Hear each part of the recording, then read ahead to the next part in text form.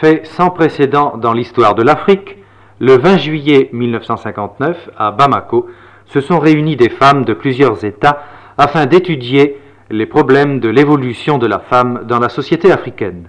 Il y avait des représentantes du Dahomey, de la Haute-Volta, de la Sénégal et du Soudan. Madame Diop Sira, vous étiez présidente de ce congrès et vous êtes présidente de l'Union des femmes du Soudan.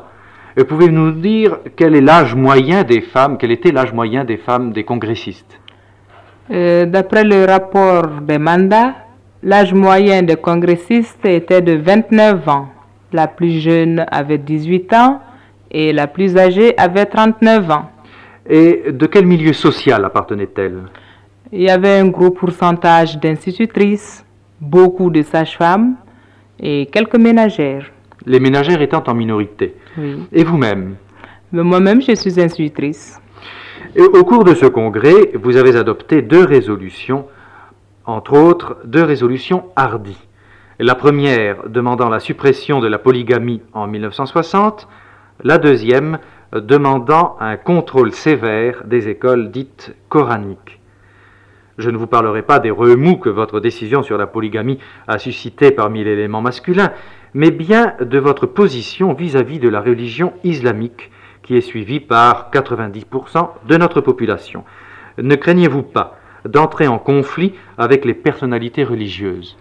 Je ne pense pas quant à la polygamie qu'on met sur le plan religieux, parce que la polygamie, si elle est autorisée par la religion musulmane, elle n'est pas du tout imposée.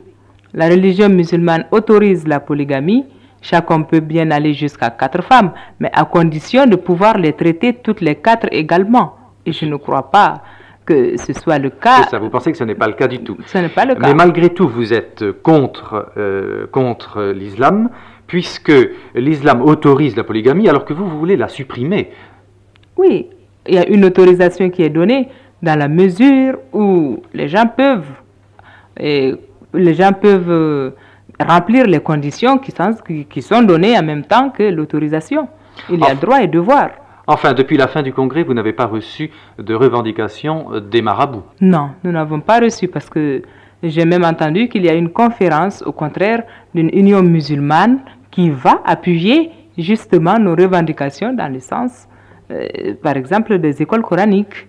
Ah oui, parlez-nous des écoles coraniques. Parce qu'il y a des écoles qui sont dites coraniques, mais ces écoles coraniques ont charge de prendre des jeunes enfants et de les instruire dans la loi musulmane.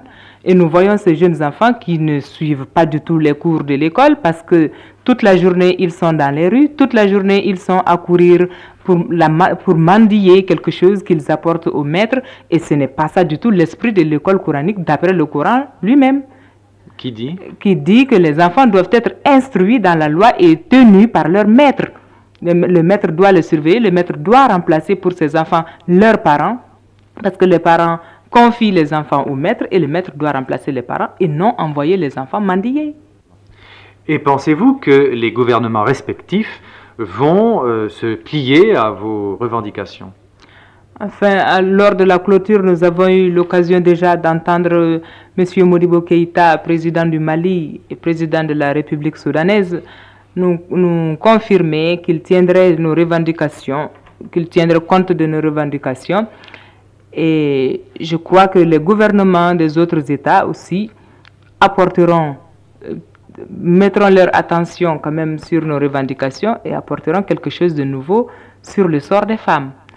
De toute façon, même si toutes les résolutions n'étaient pas étudiées en particulier, le Congrès des femmes aura quand même sa raison d'être. Il montrera aux populations que les femmes sont décidées à sauvegarder leurs droits, qu'elles savent qu'elles ont des devoirs, bien sûr, depuis longtemps elles le savent, mais qu'elles ont aussi des droits et qu'elles réclament de rentrer dans leurs droits. Eh bien, Madame Diop Sira, je vous remercie.